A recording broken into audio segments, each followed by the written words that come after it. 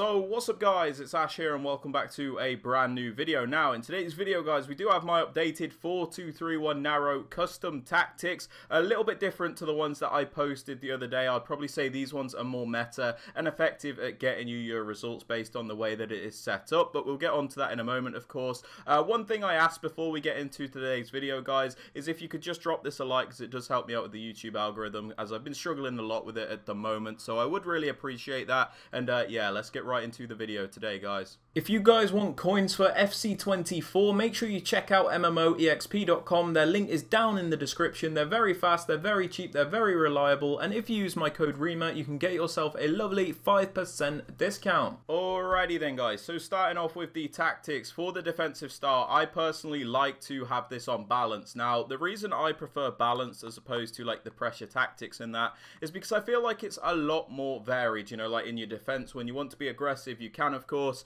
and then when you want to drop back, be a little bit more passive, you can also do that. So balance does give you more control, which is why I'm a big fan of it personally. That being said, you don't have to use it if you don't want to.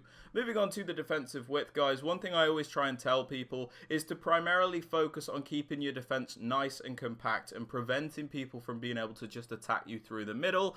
People often go on about cutbacks and things like that, and it is important to block them out, but it's also important to block out the middle. So go for something like 40, as it allows you to block out the middle areas and the wide areas simultaneously, and it is super effective guys. Moving on to the depth guys, you have a couple of options you can use if you would like. One that people do often still like to use is the 71 depth. This is like the automatic press from the AI. The game basically defends for you, but as I'm sure you guys are aware, this did receive a nerf from EA in the last update, so it's not as effective. What I personally like to use is 60 depth, because we still get the higher defensive line, but we don't always have our players pressing like crazy. That is something I prefer to use, and if you guys don't even want to use that, you can use your depth on like 55 or even lower if you prefer a lower defensive line, so it is completely up to you. Moving on to the build-up play guys, I like to have this on balance because I feel like balance does give you the greatest control when you are building up. So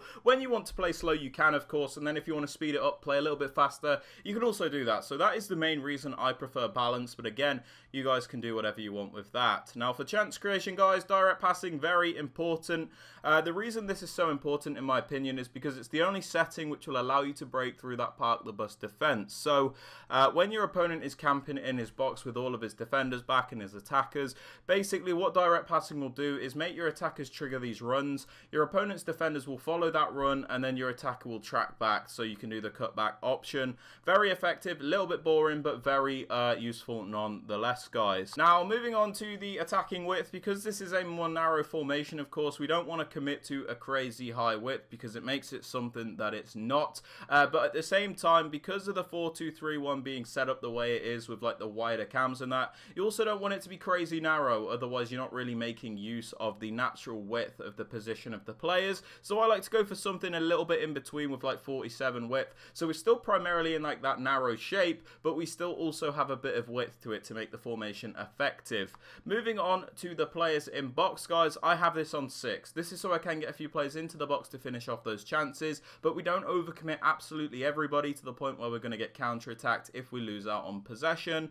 And as for the corners and free kicks guys, this is a preference thing, but I personally just like to have them on 1. Sorry to interrupt the video guys, but I have noticed around 90% of you that watch the videos are not subscribed to the channel, so if you are enjoying the content or finding it helpful, please consider adding that subscription, as it does help me out massively. Also don't forget to drop a like on the video as well, and with all that aside guys, I hope you enjoy. Let's continue. Now moving on to the player instructions guys, on the striker I just have them on stay central and mixed attack. Now originally last week I did have them on balance width, but I noticed in the higher end games it's just not good enough consistently to actually allow you to break through your opponent, because it can be a little bit unpredictable, so it can be difficult. But on stay central you always know where your striker's going to be, makes it easier to learn patterns of play, and mixed attack is better in my opinion than getting behind, because you get a lot more out of the player. Sometimes they'll come short, other times they'll run in behind, just makes building up the play a lot easier in my opinion, but you can do getting behind if you would like to.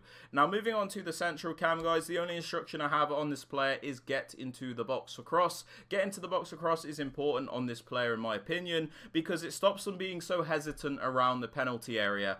If you have this player on balance crossing runs, what you'll find happens a lot of the time is this player kind of just sits and watches when you are in the penalty box and doesn't really contribute. But when you have them on get into the box, they do actually contribute. They commit into the box and help you out with an extra body in position. Moving on to the wide cams, guys, I just have them on come back on defense and get into the box for cross. Now, I did say come back on defense does make it defend in a 4-man midfield, and it can be a little bit more difficult to attack. But the opposite side to this, the flip side, is that your defensive capabilities are a lot better. You're a lot more solid, and in the higher end games, that is very important. So come back on defense, although it can limit your attack slightly, I think it is worth it at this point to make your defense as solid as possible, because these wide cams on comeback on defense will defend as a left mid and right mid retrospectively to help you out defensively. We also have these players on get into the box for cross, so like the central cam, they're not hesitant to get into the penalty area and help you out. So they're the best instructions, I think, for the wide cams. For the left CDM, guys, my more defensive minded player, it doesn't matter which position you have him in, like right CDM or left CDM, but one of them should be more defensive. And on this more defensive minded player, stay back, cut passing lanes and cover center is probably the best. Stay back, obviously pretty self-explanatory. You don't want this player flying forward because he is defensive. You want him to stay back. You want him to be a rock. Cut passing lanes is very useful because it allows them to break up the play and regain possession for you in a lot of situations because they're always blocking out those passes. And then cover center is important because it means they'll primarily focus on covering those central areas, which is very useful considering we've got the cams on comeback on defense to cover those wider areas. Moving on to the right CDM, guys, I actually use more of like a box-to-box style player in this position. So on this player that is going to attack and defend for us, we leave them on the complete default settings and then just put them on cover center. Now, the default settings are useful because it means that they're not going to be restricted to just defending or just attacking. It allows them to do a bit of everything. It allows like the work rates to carry the card, and it allows you to do like whatever you want with this player essentially. Cover center is important though because like the left CDM, it means they're primarily going to cover those central areas as opposed to the wing.